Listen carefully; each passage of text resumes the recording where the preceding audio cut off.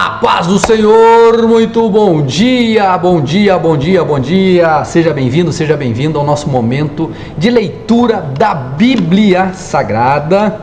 Um beijo especial para todos vocês que leem a Bíblia junto conosco aqui todos os dias. Quanta gente maravilhosa de todo o Brasil, fora do Brasil, Itália, Japão, Estados Unidos, Austrália, Portugal, Argentina, Peru, muita gente. Sejam todos bem-vindos. Vamos ler hoje Atos 17 e também Atos 18. Diz assim, Atos 17: Tendo passado por Anfípolis e Apolônia, Paulo e Silas chegaram a Tessalônica, onde havia uma sinagoga dos judeus. Paulo, segundo o seu costume, foi procurá-los e, por 3 sábados, discutiu com eles a respeito das Escrituras, expondo e demonstrando ter sido necessário que o Cristo padecesse e ressuscitasse dos mortos. Paulo dizia: Este Jesus que eu anuncio a vocês é o Cristo. Alguns deles foram persuadidos e se juntaram a Paulo e Silas. O mesmo aconteceu com numerosa multidão de gregos piedosos e muitas mulheres importantes. Os judeus, porém, movidos de inveja, trazendo consigo alguns homens maus, dentre a malandragem, reuniram uma multidão e provocaram um tumulto na cidade. E, atacando de surpresa a casa de Jason, procuravam trazer Paulo e Silas para o meio do povo. Porém, não os encontrando, arrastaram Jason e alguns irmãos diante das autoridades, gritando: Estes homens são eles que promovem tumulto em todo o mundo. E eles chegaram também aqui, e Jason os hospedou na casa dele. Todos estes agem contra os decretos de César, dizendo que existe outro rei, chamado Jesus. Tanto a multidão como as autoridades ficaram agitadas. Ao ouvir estas palavras, eles ficaram muito agitados. Porém, depois de terem recebido deles a fiança estipulada, as autoridades soltaram Jason e os outros. E logo, durante a noite, os irmãos enviaram Paulo e Silas para a Bereia. Ali chegados, dirigiram-se à sinagoga dos judeus. Ora, estes de Bereia eram mais nobres dos que o de Tessalônica, pois receberam a palavra com toda a avidez, examinando as Escrituras todos os dias para ver se as coisas eram de fato assim. Com isso, muitos deles creram, mulheres gregas de alta posição social e muitos homens. Mas, logo que os judeus de Tessalônica souberam que a palavra de Deus era anunciada por Paulo também em Bereia, foram para lá agitar e perturbar o povo. Então os irmãos fizeram com que Paulo fosse imediatamente para o lado do mar.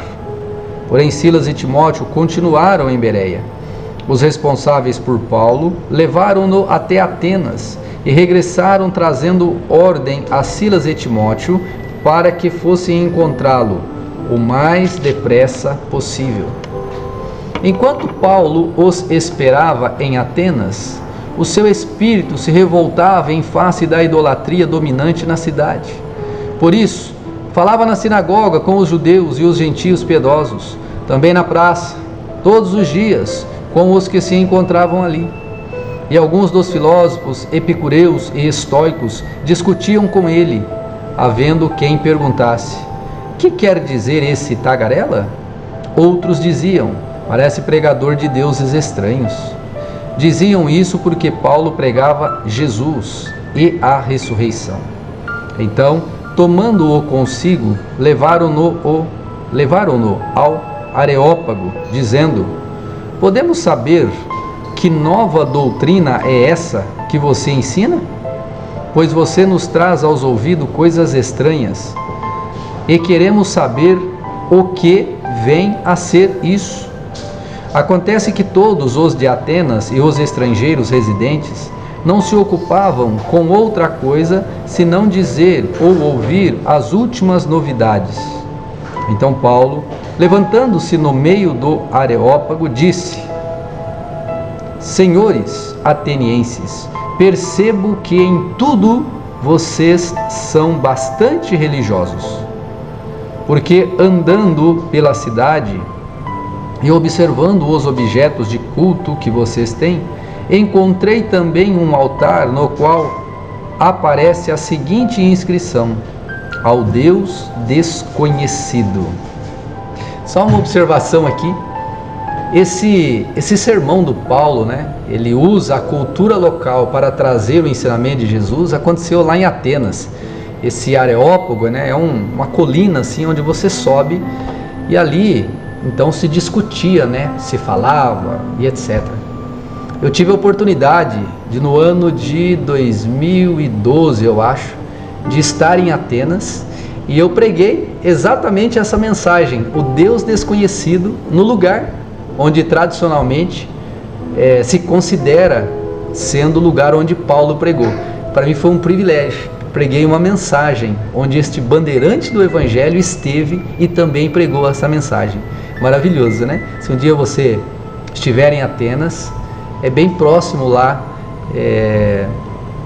no centro da cidade, né? Você já é um ponto turístico, na verdade, né? Você vai poder ir lá também e visualizar. Tem um painel lá onde está escrito, né, o Deus desconhecido, em grego, logicamente, e muito legal, muito legal. Mas dando continuidade: pois esse que vocês adoram sem conhecer é precisamente aquele que eu lhes anuncio. O Deus que fez o mundo e tudo o que nele existe, sendo ele Senhor do céu e da terra, não habita em santuários feitos por mãos humanas, nem é servido por mãos humanas. Mas se precisasse de alguma coisa, pois ele é quem a todos dá vida, respiração e tudo mais.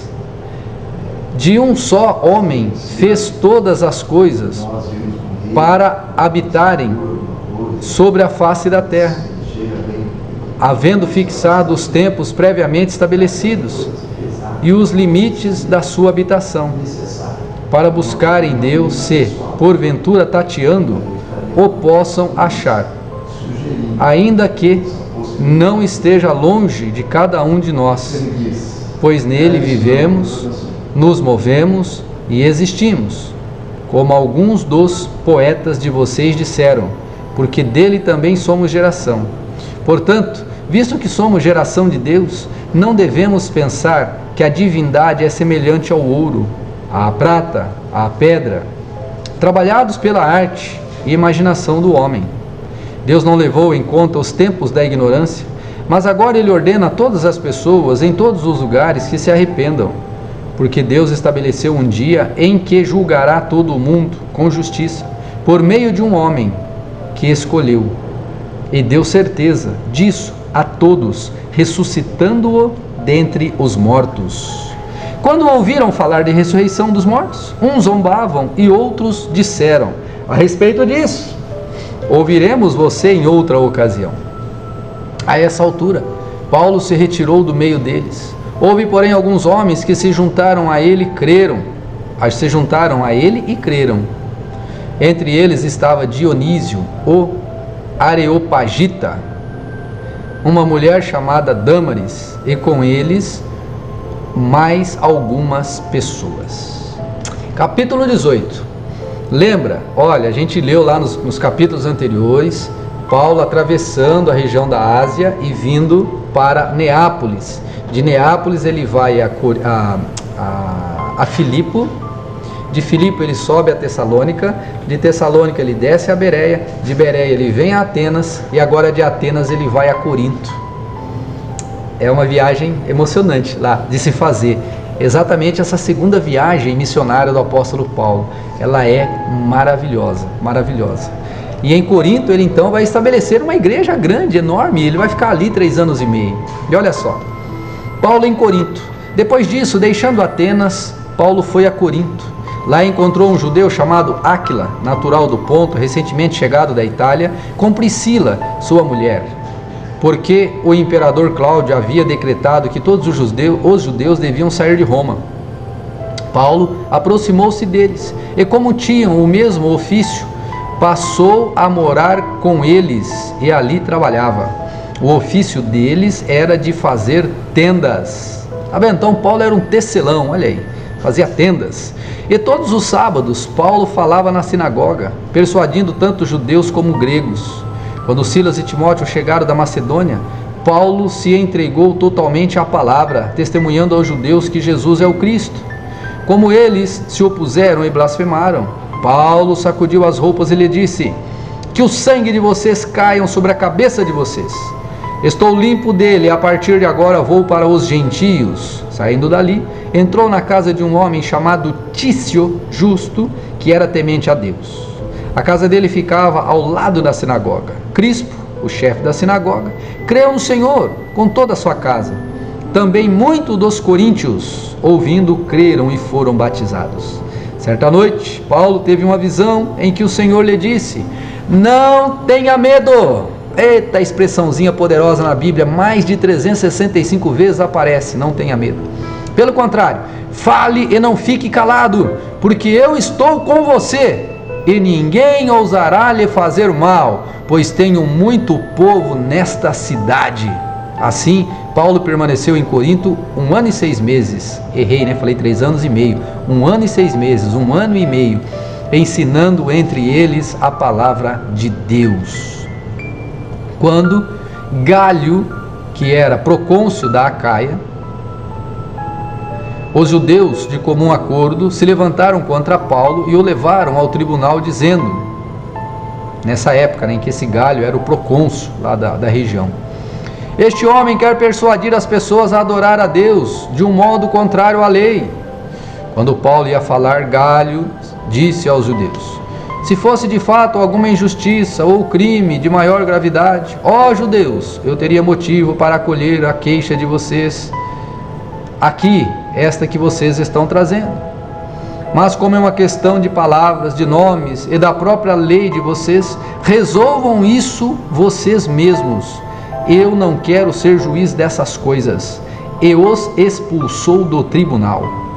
Então todos agarraram Sóstenes, o chefe da sinagoga, e começaram a espancá-lo diante do tribunal. Galho, todavia, não se incomodava com estas coisas. Paulo ficou muitos dias em Corinto.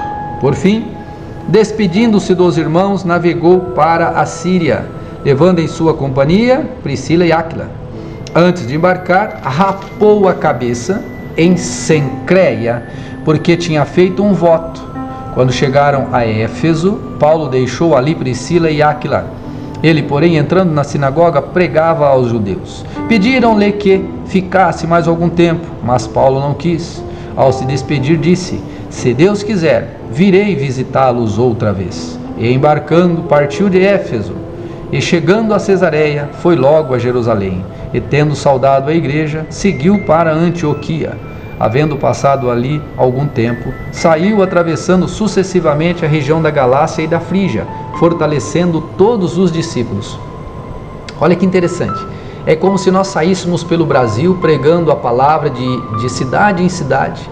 E aí depois ele volta e passa nos mesmos lugares para saber se a igreja estava evoluindo, se estava tudo bem com a igreja, né? Muito legal, mas naquela época não tinha carro, naquela época não tinha ônibus, naquela época ou era de barco ou era a pé.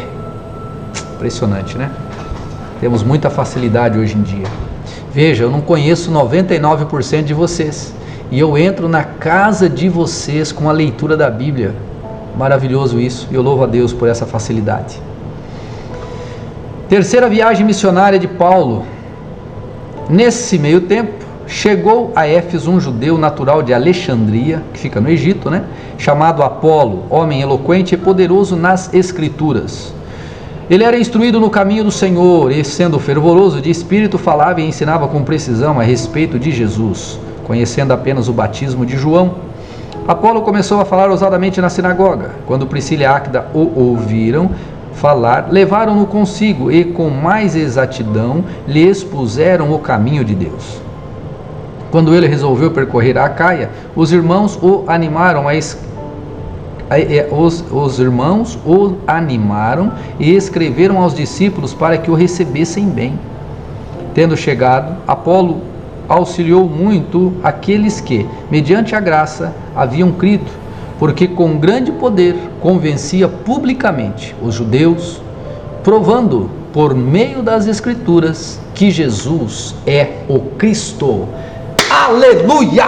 Deus te abençoe, fique na paz e até amanhã. Amanhã, se Deus permitir, domingo, alegre o seu coração, alegre o seu coração, alegre o seu coração, porque Jesus Cristo ressuscitou. Nós vamos comemorar isso amanhã. Deus te abençoe.